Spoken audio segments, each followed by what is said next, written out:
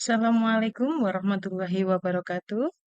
Halo, Bapak Ibu guru hebat. Perkenalkan, nama saya Iin Yuniati, guru SDN 003 Sambutan. Izinkan saya untuk memaparkan aksi nyata modul 1.4 tentang budaya positif. Perkenalkan, orang-orang hebat yang mendampingi saya, yaitu fasilitator Ibu Elsinta Trisekenti Sambendiro, pengajar praktik Ibu Rihadini Priyoga. Berikut rancangan tindakan untuk aksi nyata. Latar belakang, belum menyeluruhnya pemahaman warga sekolah, terutama guru tentang penerapan konsep-konsep inti budaya positif di sekolah, seperti disiplin positif, motivasi perilaku manusia, posisi kontrol guru, pembuatan keyakinan kelas atau sekolah, dan penerapan segitiga restitusi. Diharapkan jika seluruh konsep ini tersebut dipahami oleh seluruh warga sekolah, maka terbangun budaya positif yang baik di lingkungan sekolah. Tujuan 1. Meningkatkan pengetahuan dan pemahaman tentang budaya positif. 2. Terbentuk motivasi intrinsik pada murid dengan pembuatan keyakinan kelas atau sekolah. 3. Terwujud murid yang mandiri dan bertanggung jawab. Tolak ukur. 1. Terlaksana diseminasi konsep inti budaya positif di sekolah. 2. Terbentuk keyakinan kelas melalui kegiatan kesepakatan kelas yang dilakukan bersama wali kelas dan murid. 3. Murid dan guru konsisten dalam menjalankan keyakinan kelas yang sudah disepakati. 4.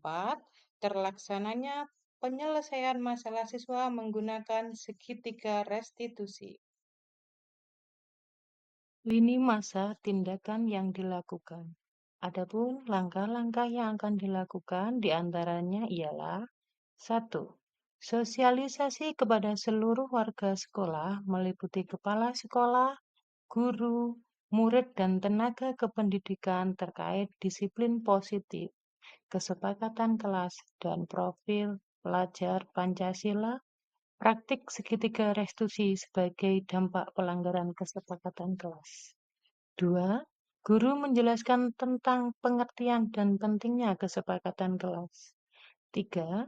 Guru memfasilitasi peserta didik untuk membuat kesepakatan kelas. Kesepakatan kelas yang telah disepakati selanjutnya ditandatangani seluruh warga kelas dan dipasang di dinding kelas. 4. Menumbuhkan, menanamkan, dan membiasakan nilai-nilai profil belajar Pancasila dan kegiatan ekstrakurikuler. 5. Mendokumentasikan setiap kegiatan ekstrakurikuler yang menumbuhkan, mencerminkan, dan membiasakan nilai-nilai profil pelajar Pancasila. Dukungan yang dibutuhkan. Dukungan dari seluruh warga sekolah serta partisipasi aktif orang tua di rumah dalam membiasakan budaya positif. Dedikasi seluruh warga sekolah sebagai role model atau teladan bagi peserta didik dalam menanamkan budaya positif di sekolah. Kolaborasi seluruh warga sekolah dalam menciptakan serta membiasakan budaya positif di sekolah. Berikut merupakan video aksi nyata saya tentang budaya positif di sekolah. Selamat menyaksikan. Assalamualaikum warahmatullahi wabarakatuh, Bapak Ibu. Assalamualaikum warahmatullahi wabarakatuh. Saya di sini untuk penyebaran budaya positif untuk pemenuhan tugas DGT Angkatan 10. Budaya positif ini Bapak Ibu sebenarnya sudah kita terapkan hari-hari. Namun kita nggak tahu itu partnya di mana nggak tahu. Kita bisa simak di beberapa video yang sudah ada saya buat. Ini pengimbasan disiplin positif di SDN 03 Sambutan. Oke. Ini adalah mentor saya, Bu Elsinta, beliau salah satu guru di Balikpapan. Kemudian Ibu Riyadini yang kemarin datang, wakil kurikulum di SMK di Bojonang kalau tidak salah. Kemudian saya ini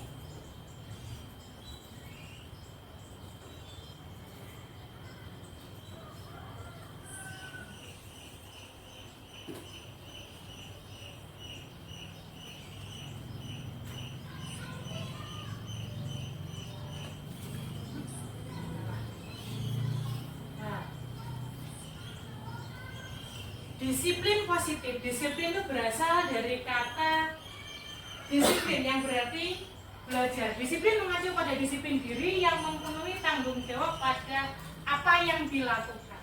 Kalau kita selama ini yang dikatakan disiplin itu seperti apa? Untuk mendisiplinkan anak-anak menggunakan apa? Hukuman kan biasanya. Biar bawa buku di malam gini, kemudian biar tertib, harus ada sanksi seperti ini. Di sini kita nanti belajar. Disiplin positif merupakan salah satu cara penerapan disiplin yang bertujuan untuk menumbuhkan kesadaran serta pemberdayaan peserta didik tanpa imbalan. Jadi kita menerapkan, jadi anak-anak itu mendisiplinkan diri itu berasal dari hatinya sendiri, bukan karena sanksi yang kita buat. Sebagai pendidik, tujuan kita adalah menciptakan peserta didik yang mendisiplinkan diri sehingga mereka berlaku pada nilai-nilai kebajikan universalnya. Di situ, dari baru awalnya, tanpa ada imbalan, tanpa ada reward. Ini adalah kebijakan dari 6 konstitusinya. Profil sesuai dengan profil pelajar Pancasila, bio primary year sama 9 pilar. Ini bisa dibaca di situ. Rumah, mandiri, bernalar kritis, berbineka, bergotong royong, sikap murid seperti itu. Oke, saya lanjutkan ke keyakinan kelas yang berikutnya. Jadi kita bisa membuat penerapannya nanti.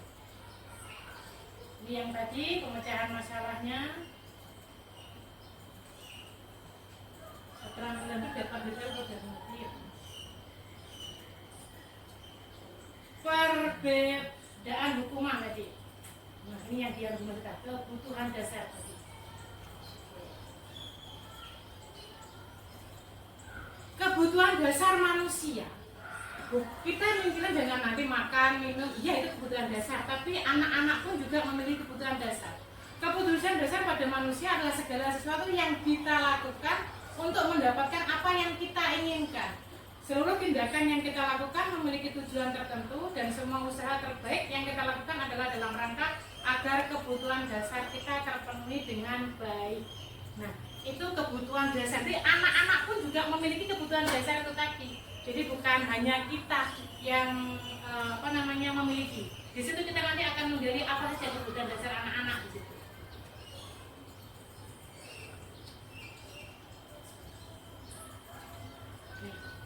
5 kebutuhan dasar manusia: bertahan hidup, kasih sayang dan rasa diterima, penguasaan, kebebasan, kesenangan. Bertahan hidup seperti tadi, pakaian, makan, tempat tinggal, keamanan, kesehatan. Ini semua sudah harus ada yang memiliki untuk bertahan hidup. Kalau kita nggak tempat tinggal kan ya repot juga.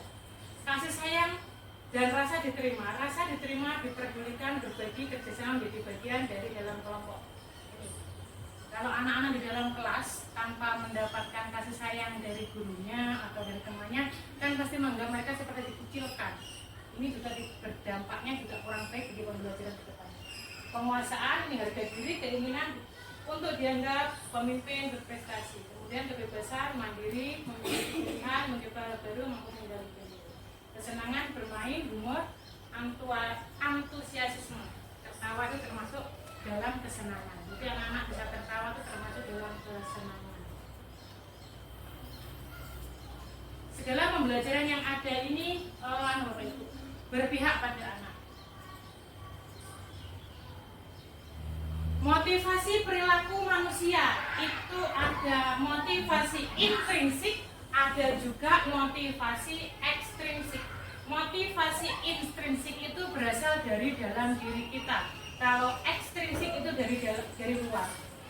Untuk menjadi orang yang mereka inginkan dan menghargai diri sendiri dengan baik dan nilai yang mereka percaya, ini motivasi intrinsik. Sedangkan motivasi ekstrinsik ada di dua itu. Oke.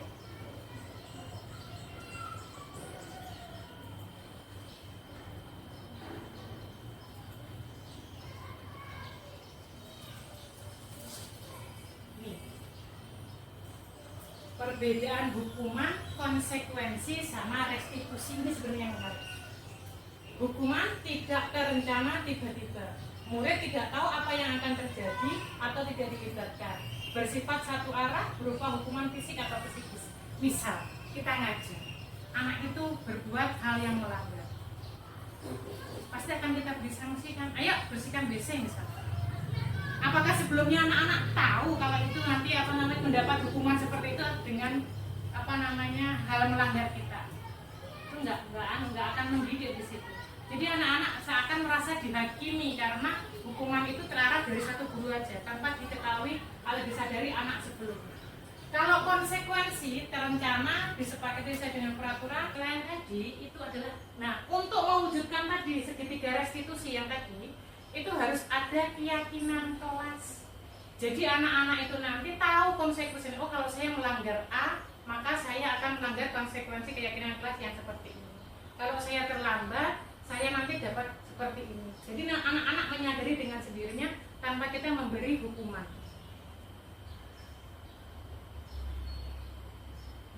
Dan berikutnya,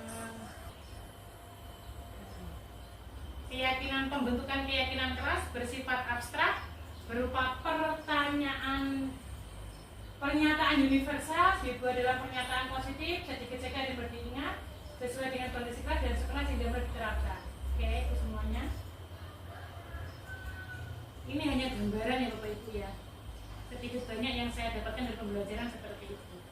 Meskipun nanti kemungkinan saya percaya tidak akan diterapkan, maksudnya karena ini menurut Bapak Ibu mungkin sulit, tapi sebenarnya kita sudah menerapkan.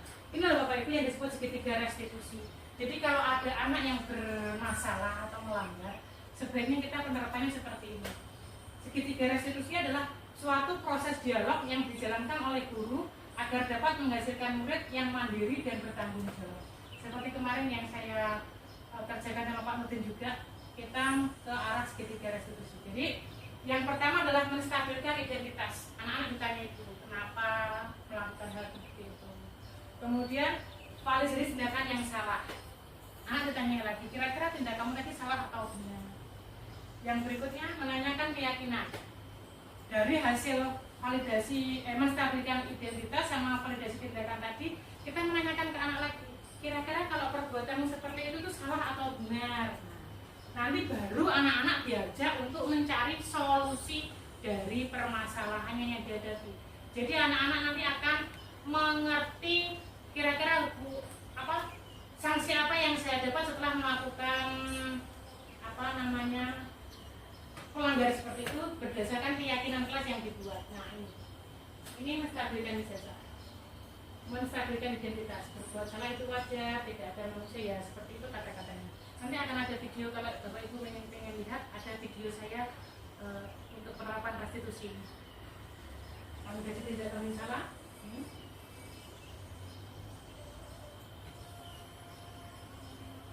Kemudian ini menanyakan keyakinan yang saya tadi. Apa keyakinan kelas kita? Apa keyakinan kelas yang kalian yang tidak dilanggar seperti itu? Selesai. Oke. Itu tadi adalah penerapan segitiga restitusi dan keyakinan kelas yang biasa kita gunakan. Saya percaya, saya yakin Bapak Ibu sudah menjalankannya, cuma belum tahu poin-poin ini menghukum, ini memantau, ini teman seperti itu. Di sini tadi penerapan. Oke, terima kasih, semoga bermanfaat.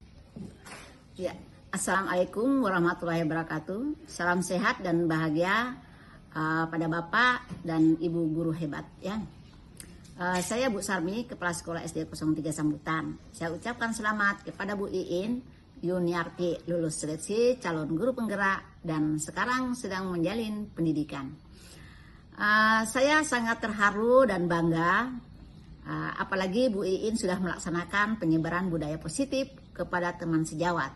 Semoga apa yang telah Bu Iin sampaikan bisa menambah wawasan dan motivasi guru yang ada di SD 03 Sambutan. Semoga kedepannya SD 03 Sambutan lebih baik lagi, lebih berprestasi, dan tentunya menjadi sekolah yang aman, nyaman, serta berpihak pada murid. Tetap semangat ya Bu Iin, dan selalu berkolaborasi dengan seluruh warga sekolah untuk SD 03 Sambutan lebih baik lagi. Demikian yang saya sampaikan. Wassalamualaikum warahmatullahi wabarakatuh. Assalamualaikum warahmatullahi wabarakatuh. Salam sehat dan bahagia. Saya Masitah, guru kelas 5 SDN 003 Sambutan. Bahagia dan bangga karena ada teman yang lolos seleksi calon guru penggerak. Ilmu yang didapat dapat menambah wawasan kami dalam menghadapi anak didik kami. Penyebaran budaya positif yang telah disampaikan Bu Iin sangat membantu saya dalam menghadapi siswa yang beragam.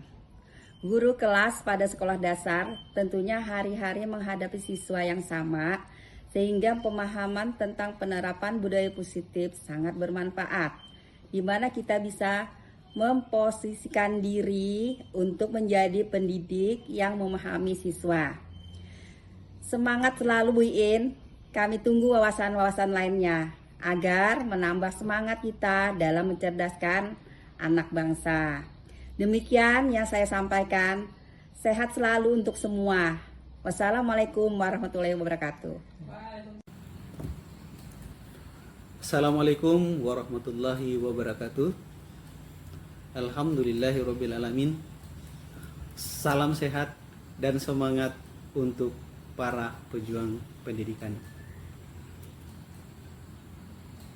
Saya atas nama Nurdin Sari sebagai guru PAI di SDN 003 Sambutan merasa sangat senang dan bahagia atas terpilihnya rekan sejawat kami, yaitu Ibu Iin Yuniati, sebagai salah satu peserta calon guru penggerak di angkatan 10 ini. Dan alhamdulillah selama ikut sebagai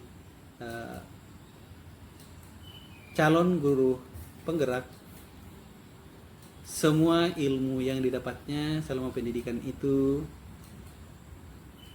selalu dibaginya kepada kami, dan itu merupakan memberikan inspirasi kepada kami untuk bagaimana cara kita meningkatkan cara mengajar kita, berfokus kepada anak murid selama mengadakan proses belajar mengajar, baik di kelas maupun di luar kelas.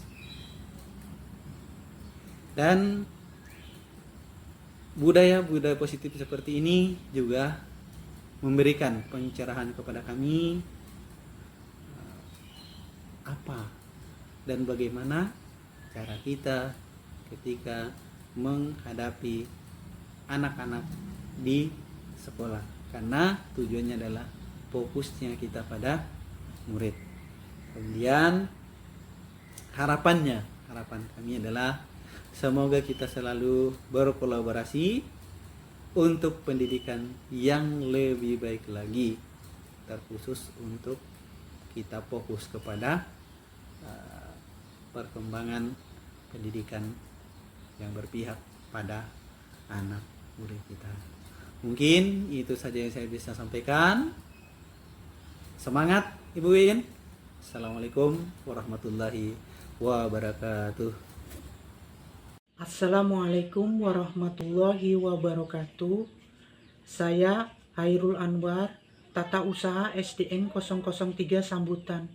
Saya ikut menyimak saat Bu Iin melakukan penyebaran budaya positif di sekolah, karena sangat terbatas sekali tenaga mengajar di sekolah kami, sehingga budaya positif yang disampaikan oleh Bu Iin sangat bermanfaat sekali.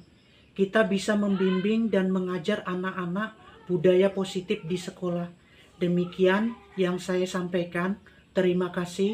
Wassalamualaikum warahmatullahi wabarakatuh.